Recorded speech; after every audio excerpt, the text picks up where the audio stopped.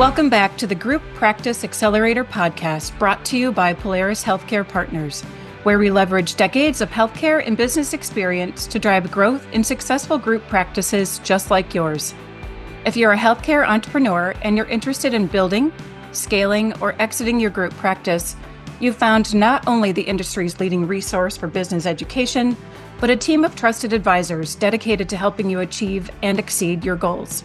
In short, the team at Polaris creates clarity, confidence, and results. I'm your host, Jamie Falosh, and the Group Practice Accelerator podcast is on the air. Well, thanks so much for joining me for the second episode of the new year.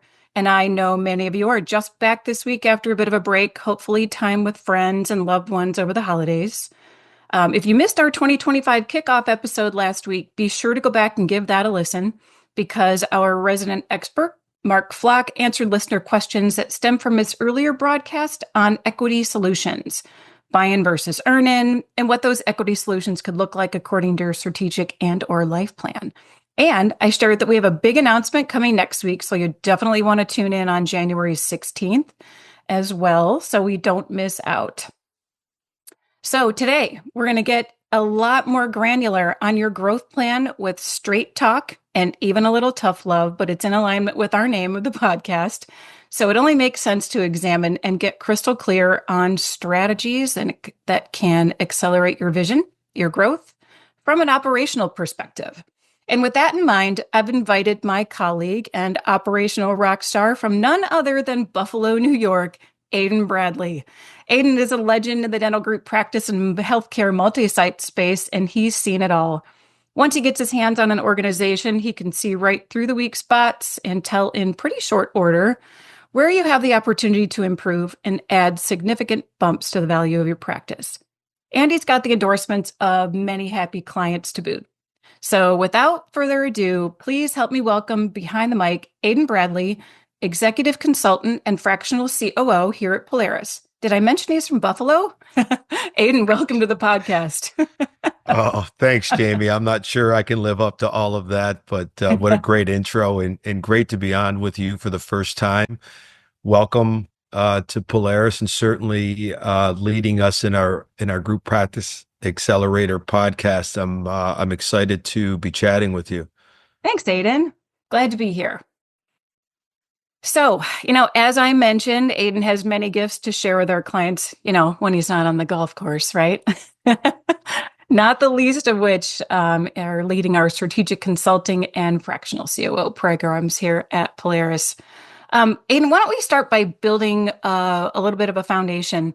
Let's give listeners maybe a good understanding of what the difference between those two programs are, because as we know, they're both very different. Mm-hmm. Can you start us off with that? I certainly can. The way that we define it more easily is to say that strategic consulting / advisory is working with you, the group practice owner or the owner doc. Okay. The fractional COO vertical, we are actually working in the practice more autonomously with the operations and leadership team reporting up to me. And what that does is allow a little bit of freedom for the doc, who generally is a heavy producer or just not quite sure if the leadership team that they have in place is executing. So it's a little bit of a deeper dive and far more into the weeds than strategic consulting. Okay. All right. That makes sense. So more of a hands-on type of program, and you've been there and seen just about all of it. So let's leave those types of things to the experts, right? You've been in the group practice and multi-site space for a long time, I know. And like I said, I've seen just about every setup and scenario docs and groups have in place, or don't, as the case may be. But what really separates the really successful groups from those that are just maintaining, or worse, like the ones that start to stagnate? Yeah, great question. I think the one core principle of the leadership team, meaning the owner or owners, really committed to the process, are the ones that will have the greatest chance of success. And what I mean by committed to the process, Jamie, is those that are really understanding that they're going to have to get comfortable being uncomfortable. They're going to have to make decisions that may go against some personal or professional feelings, processes that they have used in the past that they've really clung to, in really trying to look at the operation from the outside and not being so myopic from the inside. So those that really understand that they need help and they embrace it are the ones that I find are the most successful. Okay, so you're in there getting your hands dirty is what I kind of understand from that. And truly, if you've been in that space, and even myself coming from over 20 years in clinical practice, there are decisions that I think docs have a tough time making. They whether it's staffing or processes, if they're busy practicing dentistry and don't have an operations person in place, which oftentimes they don't, especially on a smaller scale, who's going to do that work? Um, and Yeah, kind of coming from that question, do you find that locations that don't operate smoothly tend to remain more as an independent rather than operate as a whole in terms of a group setting? Does that make sense? Maybe I didn't yeah. word that correctly. No, no, you worded it perfectly. It is. And you and I have collaborated and spoke about this a little bit. And the real difference is you start to get past, I would say, Office 4 or 5 is really an inflection point. Mhm. And what I mean by that is you are either a group that runs multi-siloed practices with common ownership, or you really embrace the concept and mastery of centralization and standardization of services. Because one of the goals in a group practice really should be to optimize the practice and gain synergies where you can for scale. And there's different departments that you can provide core services for throughout the group instead of individual at each office. I think it helps uh, create best practices as you take best practices from each office. But it also it creates a culture of inclusivity from all of the practices, so they don't feel like they're each working independently of one another. Mhm. And that collaboration, continues to manifest throughout the organization when done correctly. Well, and I would imagine, and coming from a strategic accounts perspective, things like purchasing, revenue cycle management, just my mind goes right to spend management. What are we spending on supplies? How is that streamlined? Without losing, of course, the autonomy of what you like to choose for product and vendor and that type of thing. But there we could go down, 18 different pathways there, I'm sure. Yeah, I Um, mean, there's definitely, the the size of the group can create a little bit of purchasing power for you. It doesn't take away the responsibility of the autonomy sometimes from the office, but it does give the group a little bit of leverage when they work with different suppliers on pricing. And if each office, for example, was trying to negotiate their own formulary or rates, would certainly not experience the same type of leverage as if the whole group as one uh try to work with different vendors. And it also works with groups that would require centralized services, marketing, revenue cycle, potentially some clinical direction. There's other areas as well on the process side. There's definitely more advantage to doing that from a centralized standpoint than each office trying to do it on their own. yeah, absolutely. That collective nature and, volume equals discounts and not necessarily in the reverse. But, since we're on that topic, like what else should groups focus on, without giving away your secret sauce, of course, Aiden. Yeah, But what are some other things that they can focus on sort of a broad scale that might be useful? Yeah, so one of the first things that we do when we go in and outline the process is we gather a lot of intel on the front end. We ask what type of dentistry they think they're doing. We look at the collections numbers, throughout the past year, and then we begin to get more granular and ask them what they're trying to solve for. What is their vision? Are they building to grow? Are they building to scale? Are they building to exit or partner? Those are going to be very important to determine the type of uh, roadmap that we provide for them. We as a group at Polaris are not, we don't have a black box solution for everybody. We are a niche consulting, advisory, and sell side group that tailor makes our strategy to what you are looking to solve for. And there's a lot of different components that go in there. Obviously, the size and scope of your business, the demographics, the geography, the leadership. So often I'll ask, the owners what they're trying to solve for. We'll look at how they are operating their business now. Is it more of a lifestyle business where they're sucking a lot of cash out, or are they recycling cash for growth? We talk about the leadership team. I like to ask specifics on what they do. I always jokingly say when I hear an operations leader tell me that all they do is put out fires, I know we've got a major problem. Oh, You yikes. know, I want to hear a little bit of specificity in exactly what they're responsible for, what their team is responsible for, and then how do they manage? Are they micromanagers? Are they macro managers? Um, just a lot of kind of management by walking around and interacting at first, and then Mhm. trying to match what they're telling me with what I'm seeing in the P&Ls and the balance sheets to see if there's a consistency in the messaging with the actual performance. Ah, okay. Well, and that kind of goes back to a conversation I had with Perrin, I believe it was earlier in December on strategic planning, you know, making sure that that plan's in place for the entire group, not just office by office, and really, having that vision in mind, things that you want to achieve realistically for the year, and then, backing into it month by month. How do we achieve this? And it's got to be adjustable. Of course, nothing is, like you said, one size fits all. So I think having those things in place can make a big difference from an operational perspective when you're walking in there. If they've got a good plan in place, I would imagine that fine tuning would be a lot more simple when you know where they're planning to go.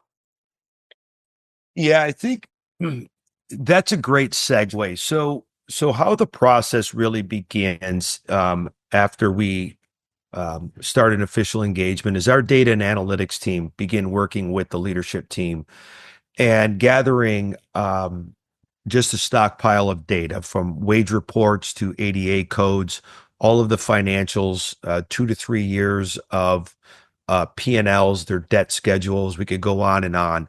And what Polaris does is it designs a proprietary financial deck of the organization.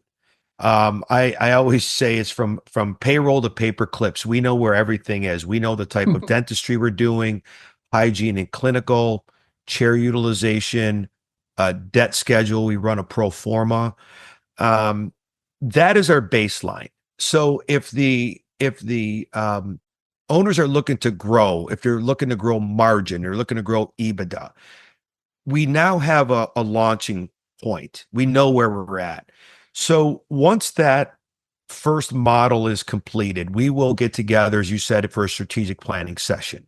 Mhm. And from that data, that first session will be led really by some of the glaring holes that we see. And I try to stick to somewhere between 3 and 4 key initiatives for the next quarter that I think we can realize the most lift from. So, not only do we identify the issues, Jamie, what we try to do is pressure test them. And what I mean Mhm. by that is, we ask, what is our worst outcome here that could happen if something goes wrong? What's the best Okay. outcome? And the reason for that is someone says, let's do X. And just through our own human nature and bias confirmation, we don't really ask ourselves, what could go wrong if this doesn't work? And then what we ask is, what are the obstacles that could get in the way of achieving this? And what's the criteria for success? Meaning, what do we have to execute on? And then most importantly, who's responsible for that? So as we continue our weekly or biweekly call cadence, which, so we're in constant communication, we continue to work towards those goals. And in the next quarter, what we'd like to say is, okay, these initiatives were achieved, and we're going to move on to a set of two or three other initiatives. At the end of that second strategy session, our data and analytics team will re-rack that financial model. So everything that we've done, whether it is driving new patients, driving more comprehensive dentistry, we changed revenue cycle processes. We should actually start to see that because we run ours on a rolling 12 months. So we're going to have at least 6 months of usable data. Okay. And then after the first year, we update that model every 6 months. After the first full year, we should see considerable lift. So we'll have forecasts made. We'll have goals for expenses as a percentage of revenue. We'll look to see if some of our docs have expanded their clinical skill set. We'll look at AR as it come down, days of sales outstanding, whatever is plaguing the group as a whole. And then away from the, sort of the nuts and bolts of the process side, we're also looking at the people side, which is the leadership team that you have they grown with you? Have you brought in leadership from the outside? Are they capable, and have they been exposed to a much higher level of expertise that's needed? So then we're also evaluating the talent. So as a resource, I try to help them along their journey, and how much they can absorb or are willing to collaborate will be highly dependent on us talking to the ownership group about whether this leadership team is strong enough to take them to the next level, or if they need to make a couple of changes. Our goal is to always make them better than where we started, but at some point, if there's a failure to launch, we'll let them know. Okay. And just for the sake of clarity and kind of circling back to our um, initial conversation on the difference between strategic consulting and fractional COO, as part of fractional COO, you're actually going into the practice, at least initially. Is that correct? In the Well, majority of there's cases? Yeah, so we would have site visits on both sides, and it's a great question Okay. because I want to make sure that our listeners don't think it's a difference without a distinction. Hmm. With strategic consulting, we advise the leader of the group, the doc, the owner, on on what they should be doing to execute plans, and then they take that to their team and they start giving direction. With fractional COO, yes, I am much more heavily involved, and the leadership team report to me directly, and I report to the doc. And this is for those docs that, number one, they don't have the time, they're not really sure that they can execute on it.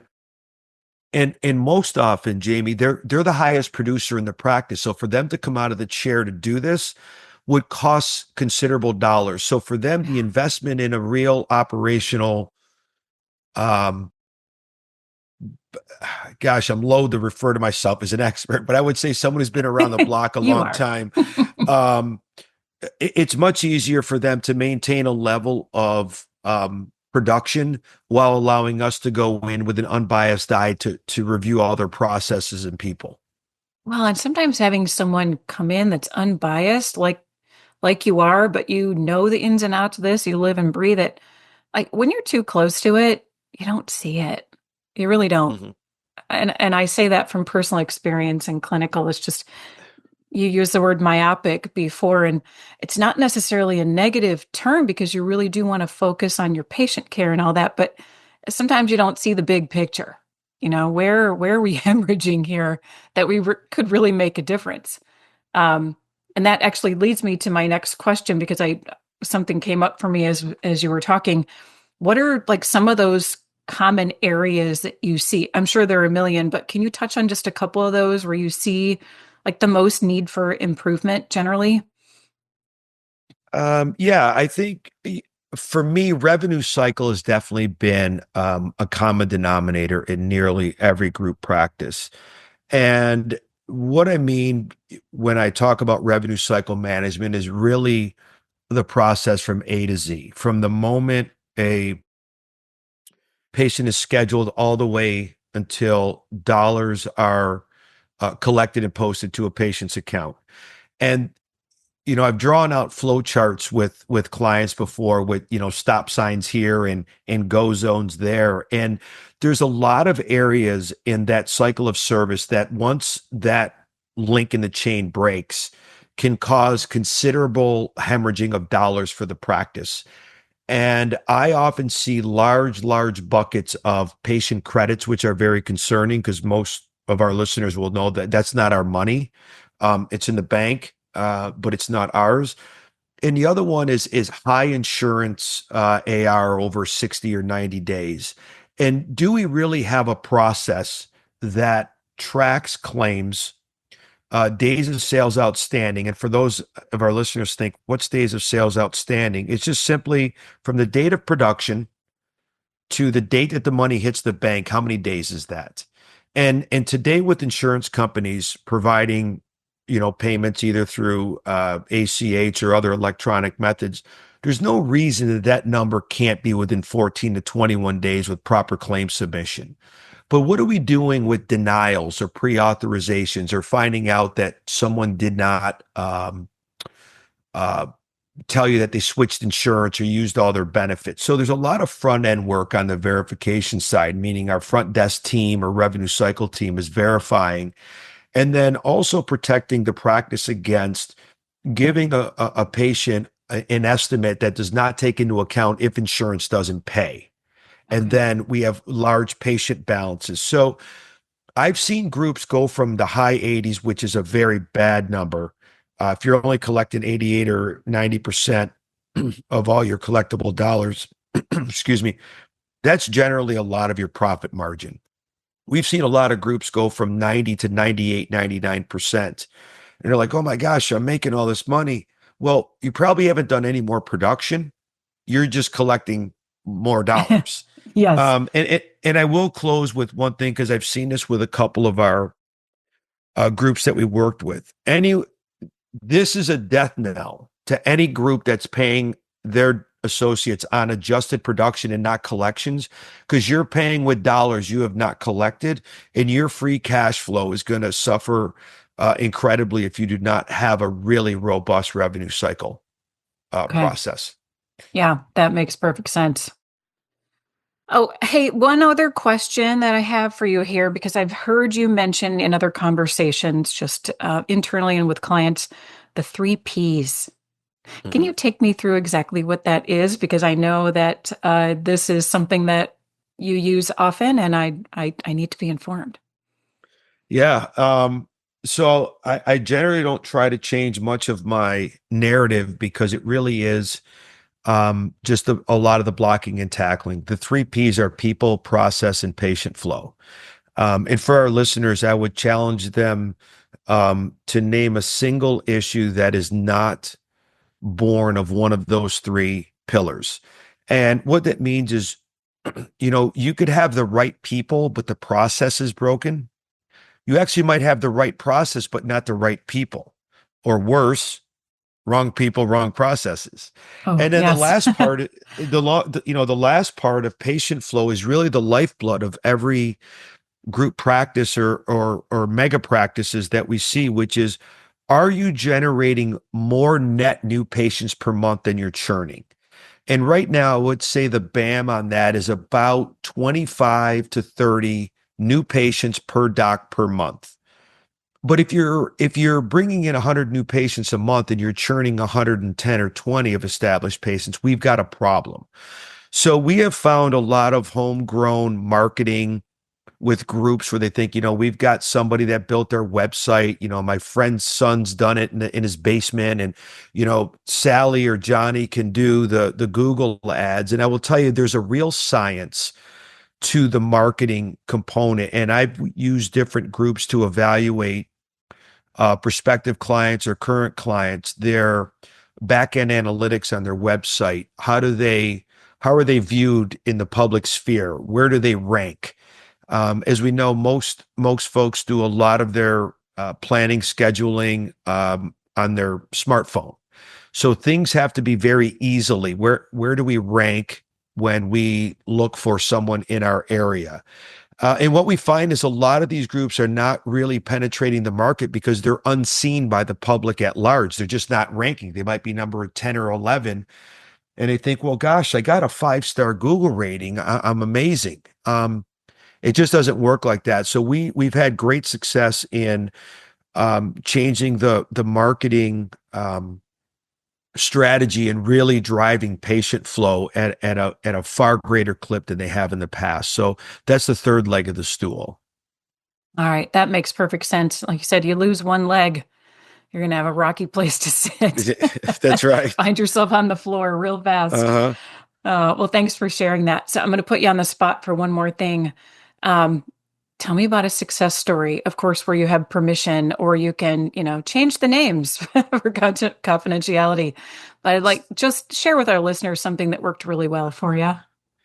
I sure will, and I think some of our listeners will be able to figure this out. And even though he's given me permission, I'm going to leave the name out. I actually just spoke to him today, and this really brought me a lot of pride for them mostly, and for Polaris. So we work with a group practice in the Illinois and Indiana market, and they were struggling to centralize and optimize their organization. They were just growing for the sake of growing. And in evaluating each practice in the financial model that we create, we actually look at every single practice individually. And what we found was they had like 13 or 14 practices. I would say 3 to 4 were the real workhorses, but 2 to 3 were negative EBITDA. We couldn't launch. We couldn't get anything going. Mhm. So, and it's always a risk to advise clients to do things outside their comfort zone, but we actually unloaded 3 practices in the city of Chicago. And I call it the concept of addition by subtraction. We got rid of losing practices, all that negative EBITDA, payroll, overhead, rent, you name it, and really focused on the doctor development side, which was key.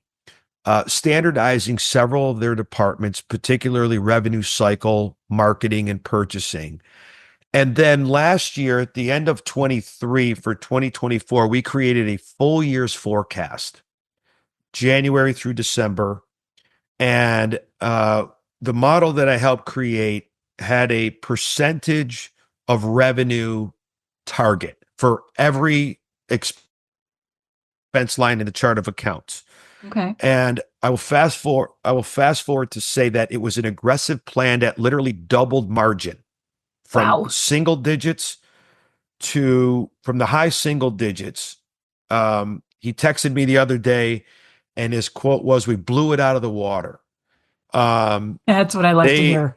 Yeah, they executed on all of that. And through there, I also work closely with the regional director of operations to help him in his journey as he was in this new role, Okay. and was a good sounding board.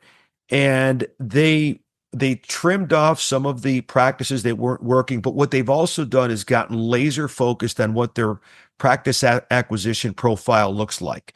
So anything that they either start as a de novo, buy, or get involved with has to meet core criteria, or they walk away from it. Um, they're very strategic in how they do it.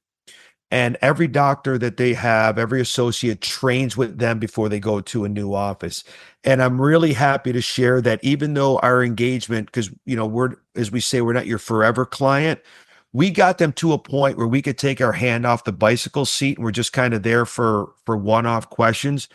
They knocked it clean out of the park, grand slam.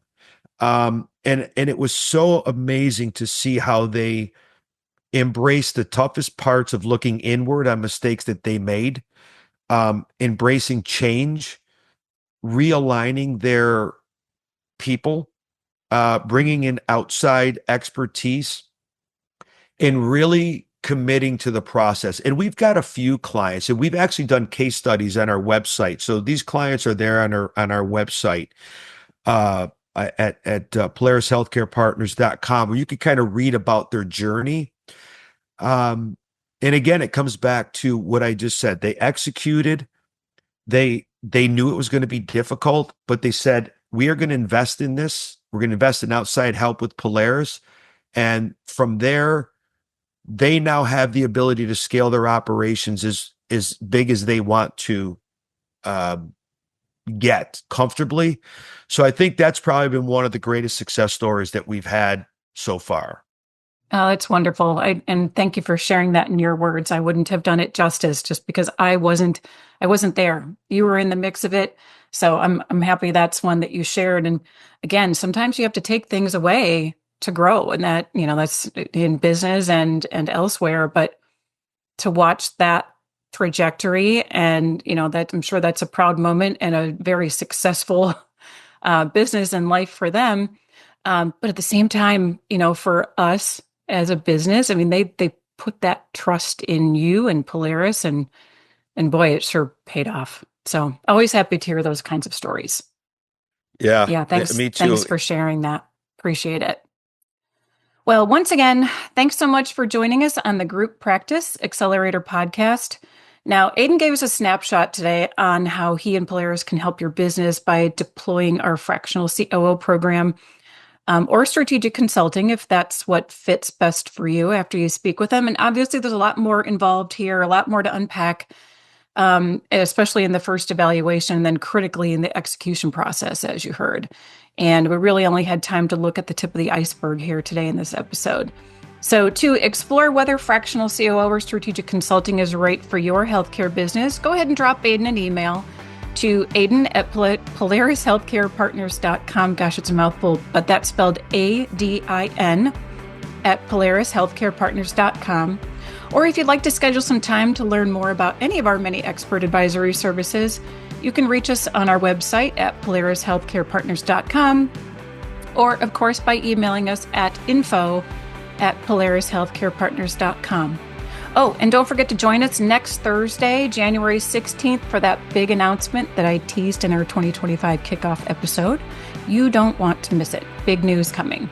DeWalker will be joining me, as will 2 additional guests who we've not had on before to help launch our big news. So thanks so much for being a loyal listener and subscriber.